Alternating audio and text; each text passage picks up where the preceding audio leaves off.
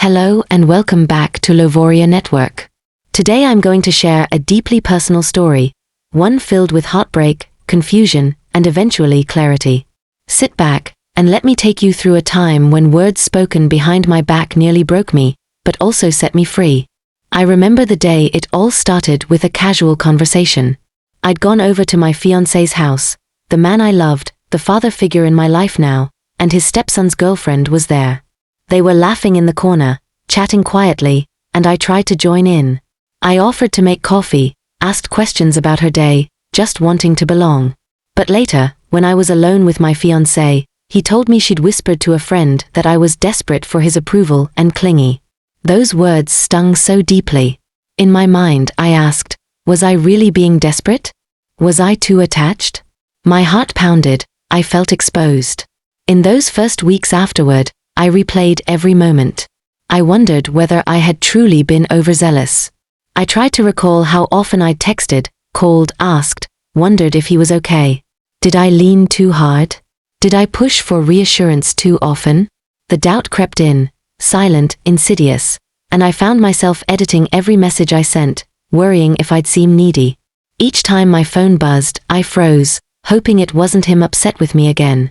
One evening I sat on the edge of the bed, phone in hand, tears leaking out unbidden. I thought of his stepson's girlfriend's words echoing, desperate for his approval. That phrase haunted me. I felt small. I felt unworthy. I wondered if maybe they were right. Had I tried too hard to earn love and belonging? I wrestled with guilt, confusion, shame.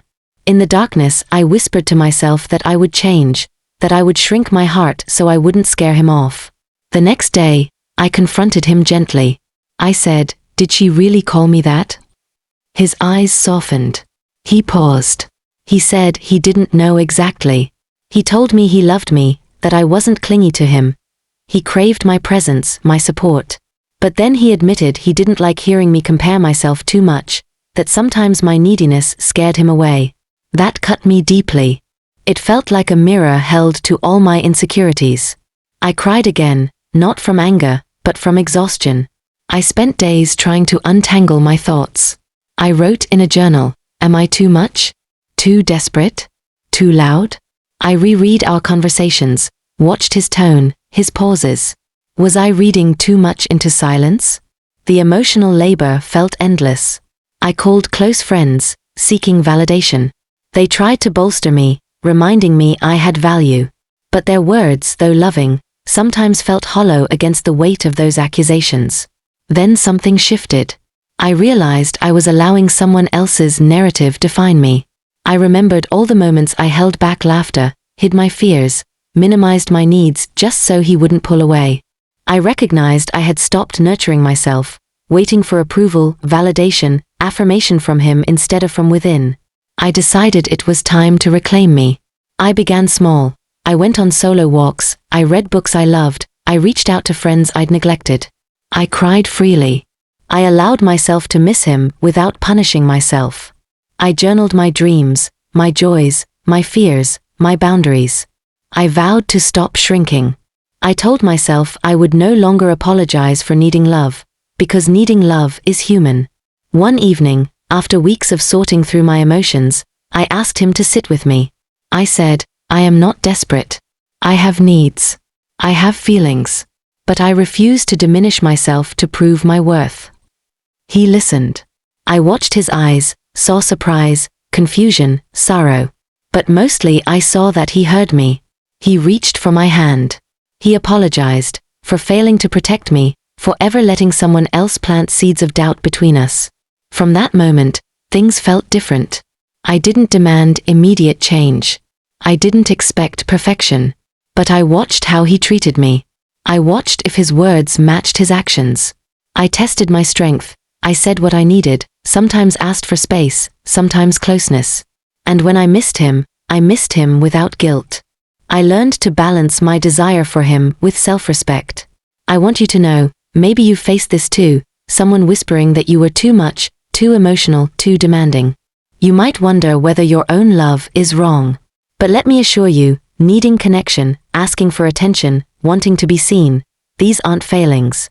They are human truths. They don't make you weak. They make you courageous. In time, our relationship found a new rhythm, less about proving, more about showing.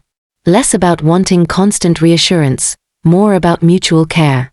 He began affirming me more, asking me what I needed. I began listening to his silence less fearfully, trusting more. We built space for both of us, together and apart. Looking back, I see those painful words, desperate for approval, clingy, as wake-up calls. They hurt deeply, yes. But they forced me to look inside, to confront patterns I'd carried from before, to heal, to grow. They pushed me into a reckoning. Am I defined by how others see me, or by how I see myself?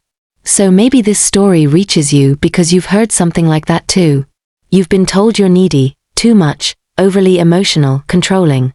I hope you'll know now, you're allowed to be you.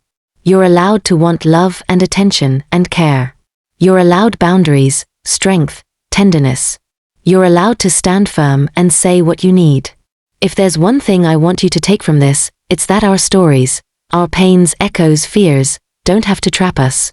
They can teach us who we want to be. They can guide us toward relationships where we're not shrinking, but flourishing. Toward love that doesn't demand we erase parts of ourselves to belong. Thank you for staying with me this far. Thank you for letting my story be part of your evening, your thoughts, your journey. If this resonated, share it. Maybe it helps someone else who feels silenced, unseen, labeled. You deserve to tell your story. You deserve to reclaim your truth. You deserve love that doesn't scare you, but frees you. Let's continue together, raising our voices, honoring our worth, weaving stories that heal and empower. You are not alone. You are not too much. You are worthy. And if you're here with me, let's walk forward, braver, kinder, stronger, until everyone listening knows they deserve to be seen.